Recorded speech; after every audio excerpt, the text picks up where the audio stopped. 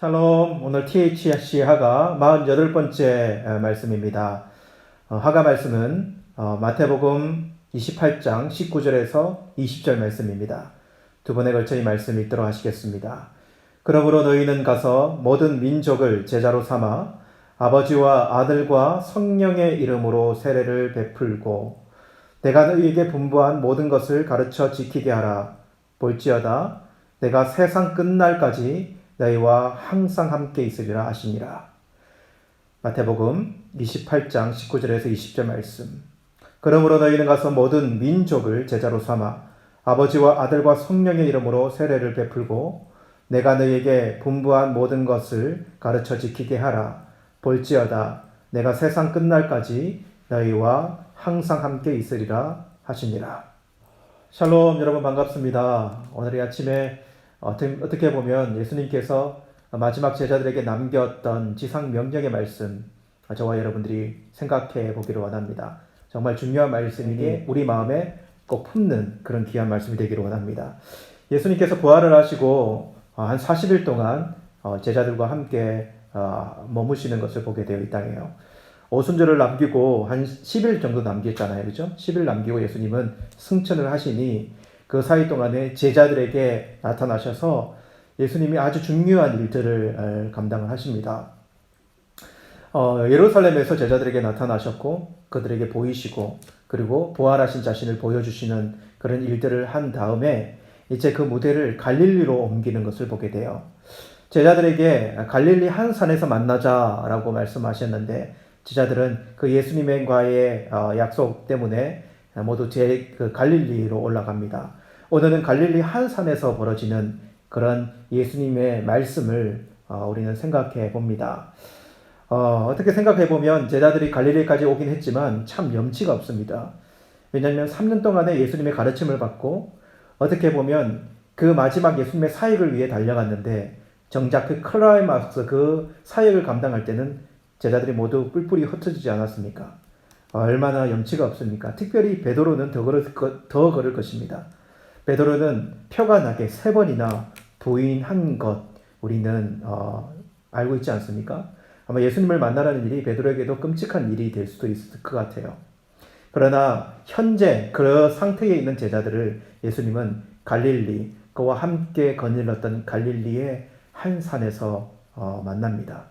그리고 오늘 18절부터 말씀을 한번 더 생각을 해보면요. 예수님이 이렇게 이야기해요. 이제 하늘과 땅에 있는 모든 권세를 내게 주셨다 이렇게 이야기합니다. 그리고 그 권세를 가진 내가 20절로 한번 넘어가 볼게요. 너희와 항상 함께 있을 것이다 이렇게 마무리해요. 항상이라고 하는 이 말은요. 함께 하지 않는 날들이 없을 것이다 이런 이야기거든요.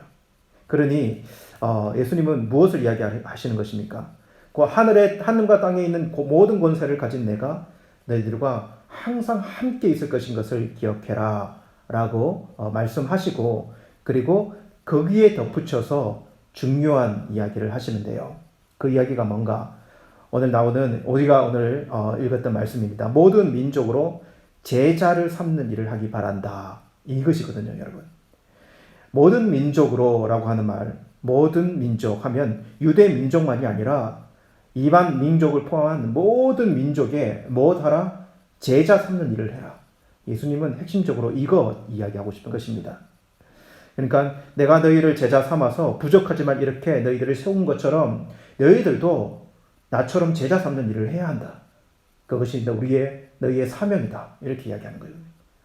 그리고 그러면 어떻게 제자를 삼을 것인가 라고 이야기한다면 삼위일체 아버지와 아들과 성령의 이름으로 세례를 베풀고 이 일 그리고 내가 너희에게 하나님의 나라의 복음을 전파한 것들 너희들에게 가르치고 너희에게 알려준 것들을 그들에게 그 모든 족속에게 가르치고 지키게 하라 이렇게 말씀하시는 거거든요.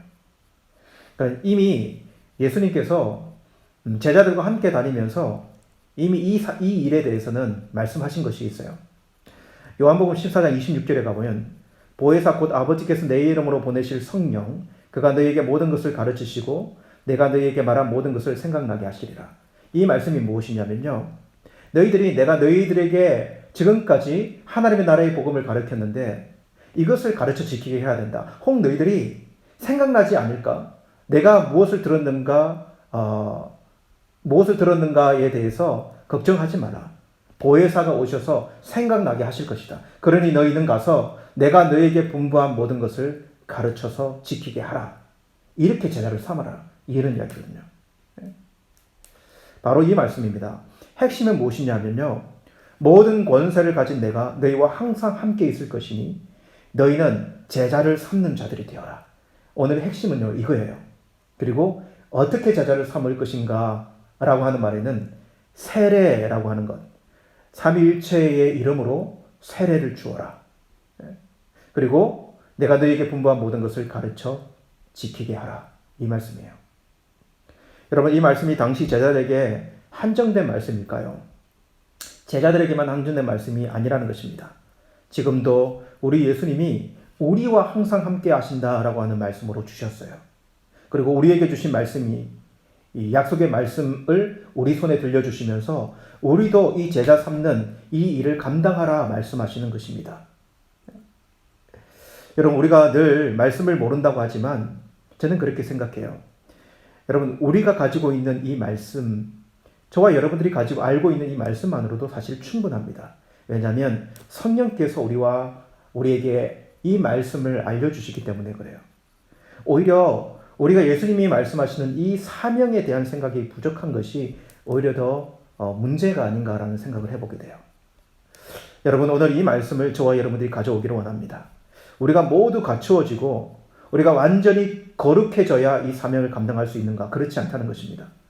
나 같은 죄인이, 나같이 현재 부족하고 형편없이 사는 죄인이 어떻게 이렇게 사역을 감당하는가? 여러분, 제자들도 그 당시에 예수님을 만날 당시에 엄청 부족한 사람들이었어요. 예수님을 부인했던 사람들이고 그리고 뿔뿔이 흩어졌던 그런 약한 사람들 아니었습니까? 예수님이 그런 제자들을 다 알고 있어요. 그런데도 현재의 그런 그들에게도 이 사명을 주신다는 거예요. 저와 여러분에게 이 사명이 우리에게도 중요한 사명이라는 사실을 기억하기를 원합니다. 현재에만 과거와 현재에만 머물러 있는 자들이 되지 않았으면 좋겠어요. 미래를 하나님의 약속의 말씀 붙들고 미래를 소망 가운데 살아가는 저와 여러분들이 되었으면 좋겠습니다. 이것은 과거를 먼저 잊어버리는 말씀이 아니라 비록 우리가 죄인으로서 늘 범죄한 가운데 살아가지만 그것이 우리의 믿음의 발목을 꽉 묶어버려서는 안 된다는 것이에요. 그것은 바람직하지 않습니다. 왜냐하면 우리는 죄의 종이 아니기 때문에 그래요. 그렇기 때문에 우리는 죄의 영향을 받지만 우리는 하나님의 자녀, 이 자유자로서의 미래를, 이 사명을 생각하고 미래를 열어갈 수 있는 그런 자들이 되어야 된다는 것입니다. 우리 주님을 믿고 이 복음을 들고 제자 삼기를 소망하며 살아가는 우리들의 모습이 필요하다. 여러분, 우리 주변의 사람들에게 내가 알고 있는 이 복음을 나타내고 알려주기를 힘쓰는 우리들의 모습이 필요합니다. 그리고 어떻게든지 그들을 교회로 데리고 와서 그들에게 세례를 베풀고 그들도 예수님의 제자가 되기를, 예수님의 말씀을 붙들고 살아가는 제자가 되기를 우리가 소망하고 또 힘쓸 수 있는 우리의 모습이 되기를 간절히 원합니다. 다시 한번 이 말씀 읽겠습니다. 그러므로 너희는 가서 모든 민족을 제자로 삼아 아버지와 아들과 성령의 이름으로 세례를 베풀고 내가 너희에게 분부한 모든 것을 가르쳐 지키게 하라. 볼지어다 내가 세상 끝날까지 너희와 항상 함께 있으리라. 마태복음 28장 19절에서 20절 말씀.